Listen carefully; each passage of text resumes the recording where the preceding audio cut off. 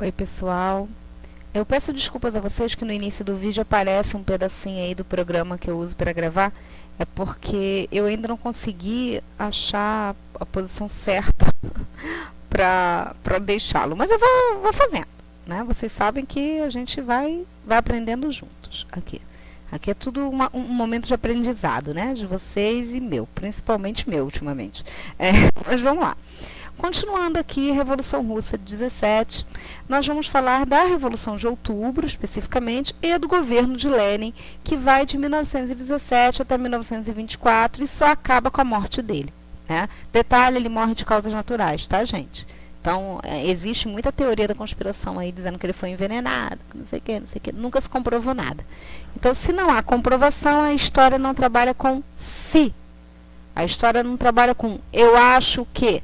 A história trabalha com fatos fidedignos, né? Fatos confirmados. Então, se eu não tenho nada confirmado, eu não posso dar certeza. Bom, em outubro de 17, eu tenho os bolcheviques chegando ao poder e Lenin assumindo o controle do país, né? O comando do país. Acontece o chamado Acordo Brest-Litovsk, que é um acordo para que a Rússia saísse da guerra, né? Quando nós estudamos a Primeira Grande Guerra, nós vimos a saída da Rússia. Foi através desse acordo que eles assinam com a Alemanha, né? E nessa brincadeira a Rússia vai perder a área que hoje é a Polônia, a Finlândia, a Lituânia, a Letônia e a Estônia, tá? Que até são países que surgem no fim da Primeira Grande Guerra. Essa área foi dividida e foi criada esses países no fim da Primeira Grande Guerra. A Rússia deu esse território em troca de poder sair da guerra e poder resolver seus problemas internos. Também nesse momento, a Rússia vai promover o primeiro processo de reforma agrária do país. E aqui eu abro um parêntese para explicar a reforma agrária, tá? Ao contrário do que a gente pensa, reforma agrária não é tomar as terras de alguém e redistribuir para outros. Não é isso. Tá, pode até ser isso, mas teoricamente não é isso. A reforma agrária proposta naquela época, e que é o pensamento atual, ela surge a partir do momento que você tem terras que não produzem, que estão concentradas nas mãos de poucas pessoas e que podem ser entregues a pessoas que realmente sabem produzir. E aí, a partir desse momento, se daria o governo pagaria um valor mínimo aos donos daquelas terras e elas seriam entregues àqueles que sabem produzir. Seriam redivididas em tamanhos menores. Esses que trabalhariam na terra pagariam aos poucos ao governo, em parcelas bem pequenas, possíveis de pagamento. O que acontece nesse momento é que não havia muito o que negociar, né? Então, você não tinha como dizer que não ia dar as suas terras, não ia vender. Se você dissesse não, você teria as terras tomadas da mesma forma. Então, é por isso que a gente ficou na cabeça aí com essa ideia de reforma agrária como algo meio violento. Porque é uma questão de lógica, né, gente? A elite não queria perder as terras. E aí, de certa forma, aqueles que estavam tomando o controle do poder naquela época tiveram que agir de maneira um pouco mais agressiva. Lembrem-se, ninguém faz uma revolução com beijinhos e abraços, né? Uma revolução é feita de maneira sempre agressiva. De várias formas pode ser essa forma agressiva, mas ela é sempre agressiva, né? Nenhuma revolução é feita com paz. Há a nacionalização de empresas. Isso aqui é uma parada que eu acho assim, muito interessante. Parem para pensar. A maior parte das empresas que existiam na Rússia não pertenciam à Rússia. Lembram? Eram empresas belgas, inglesas, alemães, né? Francesas. Simplesmente o Lenin fala o seguinte, olha só, as empresas estão em território russo, não estão? Elas produzem aqui, não produzem? Então o lucro vai ficar aqui agora. Porque antes o lucro ia para os países que eram donos das empresas. Agora não. Agora o lucro vai ficar aqui, quer vocês gostem ou não. Com isso, nós vamos nacionalizar, ou seja, a empresa belga, por exemplo, que produzia Flandres, né, folhas de Flandres, que é uma folha metálica, deixa de ser uma empresa belga e passa a ser uma empresa russa. Ela vai empregar mão de obra russa, vai gerar impostos para o governo russo, vai gerar lucros para o governo russo. Então ela passa a ser nacionalizada, tá bom? O czar e sua família serão fuzilados. Lembra que eu falei daquela história da princesa Anastácia? Pois é. Diziam que um dos herdeiros havia conseguido fugir. Hoje a gente sabe que não, já foi encontrado até os restos mortais do caçula, que não era nem uma menina, era um menino. Já foi encontrado. Então, o czar e toda a sua família foram fuzilados. Ai, Érica, que horror, que coisa pesada, precisava matar até as crianças. Gente, nenhuma violência é legal, a gente sabe. Mas, nesse caso, a gente não está aqui para julgar. A gente está aqui para entender o pensamento dos caras da época. Se você deixa algum representante, ele poderia depois exigir que o poder voltasse para ele. Então, os caras executaram a família toda. É horrível? É. Dói pra caramba. Mas era a forma que eles tinham de manter o poder na época que a gente está vendo, tá? Essa aqui é uma das propagandas bolcheviques que eu acho muito legal. Você tem a figura de Lenin, né, varrendo o território russo do poder absolutista. Né? Esse aqui seria o nosso amiguinho Rasputin, ou Rasputin, indo embora. E aqui os grandes industriais estrangeiros também. Né? E aqui a figura tanto do czar como das coroas de outros países caindo, literalmente. É bem legal essa propaganda. É debochada, né? E isso se faz de uma forma muito interessante. Essa boinazinha aqui do Lenin é bem legal, porque ele usava realmente uma boina. E isso é bem interessante que eles retrataram. E ele no topo do mundo, literalmente. Né? A partir daí, nós temos uma guerra civil entre bolcheviques e mencheviques. Vejam bem que os mencheviques não iam aguentar calados o fato dos bolcheviques terem tomado o poder deles. Lembram que eles tinham chegado ao governo em fevereiro? Em outubro, os bolcheviques tomaram o poder. Vocês acham que os mencheviques iam ficar quietos? Óbvio que não. Né?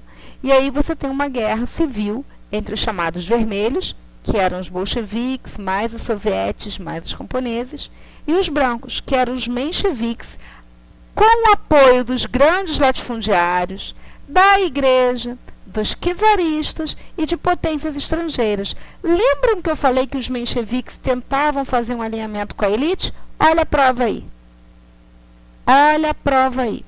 Né? Então você tem essa guerra civil.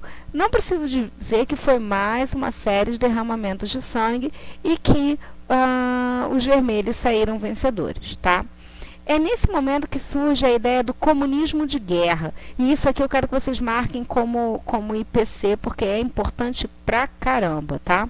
O comunismo de guerra, ele propõe a centralização da produção nas mãos do governo. Ou seja, o governo iria observar e controlar toda a produção no país, tá? Além disso, ele faz a requisição agrícola forçada, que é aquela história de você não tem escolha entre dar sua terra ou não. A sua terra vem para as mãos do governo, tá? E há uma eliminação da chamada economia de mercado. O governo começa a tomar conta da economia de uma ponta a outra, desde o produtor até o consumidor final. Os brancos, né, os mencheviques, vão ser derrotados, né? E as potências estrangeiras, em contrapartida, numa forma de retaliação a essa derrota, vão impor o chamado cordão sanitário à Rússia. Esse cordão sanitário vai ser muito interessante lá na frente quando a gente falar de crise de 29, tá? Quando a gente fala de crise de 29, vocês vão entender por que esse cordão sanitário que as potências estrangeiras impuseram à Rússia vai ser até benéfico para a Rússia num certo ponto, tá? Vocês vão entender. Até aí, tudo bem, galerinha? Vamos lá. Continuando. Em 1921, Lenin vai implantar a chamada NEP, Nova Política Econômica. Tá? O que era a NEP? Era um plano para recuperar a economia russa, que estava em estado caótico, né? Ela vai trazer elementos capitalistas, pequenos, pouca coisa, elementos bem provisórios, bem parciais, com uma base socialista. Tá? Ele vai trazer um mercado que se movimente um pouco mais, mas não deixa de lado o pensamento socialista. É bem parecido com o socialismo de mercado que tem na China hoje. Um governo socialista com um mercado capitalista. Tá? É mais ou menos isso. E uma frase que o Lenin usa nesse momento da NEP é muito interessante para entender. Ele fala, vamos dar um passo para trás para dar 2 passos à frente. E assim continuar andando. Se você tentar fazer isso, dar um passinho para trás, 2 para frente, por mais que você ande um pouco mais devagar, você sempre vai caminhar. Você nunca vai estar no mesmo lugar. Então, isso é bem interessante, tá, gente? Isso é IPC também. Outra coisa que a NEP vai implantar é a criação de pequenas e médias empresas com até 20 funcionários para aquecer o mercado. Desculpa, gente, tive que beber um golinho de água. Para aquecer o mercado. Isso vai fazer com que você tenha maior circulação de capital no país. Né? Começa a ter maior circulação de dinheiro no país. As pessoas começam a ter emprego, você tem circulação de dinheiro. Né? E ele libera o chamado comércio livre de produtos agrícolas. Os produtos de gênero agrícola começam a ser comercializados sem tanta influência do governo. Tá? Isso vai provocar uma recuperação econômica no país, mesmo que parcial. Mas para o estado que a Rússia estava, é uma recuperação interessante. Tá?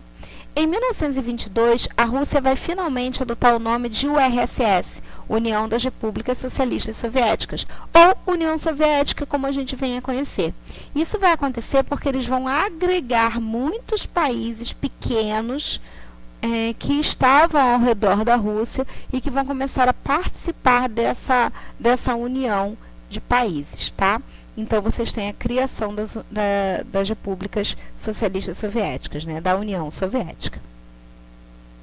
Essa é a bandeira da União Soviética. Interessante que ela tem a foice e o martelo como principal elemento, e a foice e o martelo têm uma representação muito interessante, né? A foice seria o trabalhador do campo, o campesinato, e o martelo, o trabalhador da cidade, né, o operário urbano. Tá? Não esqueçam disso. Em 1924, Lenin morre. Como eu falei para vocês, a princípio, sabemos que foi de causas naturais. E aí nós temos uma disputa pelo poder dos seus 2 homens que seriam os segundos em comando. Não havia um sobre o outro. Eu não vou dizer para vocês que Stalin era mais importante, outro que Trotsky era mais importante. Ambos tinham importância, tá, nesse momento. Trotsky pensava na revolução permanente. Ele acreditava que a revolução não podia parar. A revolução tinha que ser levada adiante. Enquanto Stalin acreditava no socialismo em um só país. Ele acreditava que você tem que consolidar o socialismo primeiro para depois levar para outro lugar. E os 2 batiam muito de frente, né? Esse aqui, como eu mostrei para vocês, é o Trotsky, que ele está um pouquinho mais velho, e essa é a figura do Stalin, que vai governar durante muito tempo. Trotsky vai ser mandado ao exílio, vai ser perseguido, como eu falei, e depois ele morre em circunstâncias um tanto quanto suspeitas, digamos assim, depois de uma série de atentados que ele sofreu. Tá? Stalin decide literalmente apagar Trotsky da história soviética. Se vocês procurarem na internet, vocês vão ver uma imagem em que Lenin está discursando e Trotsky está apoiado no púlpito de madeira, do lado, assim, um pouco abaixo de Stalin. Um pouco abaixo de Lenin. Depois que Stalin chega ao poder, essa imagem muda. Trotsky some. Procurem na internet que vocês vão ver essa imagem. É bem interessante, tá? Continuando aqui. Então, Stalin chega ao poder. Vou dar uma pausa para a gente falar rapidinho de stalinismo. Beleza? Até aqui, meus amores?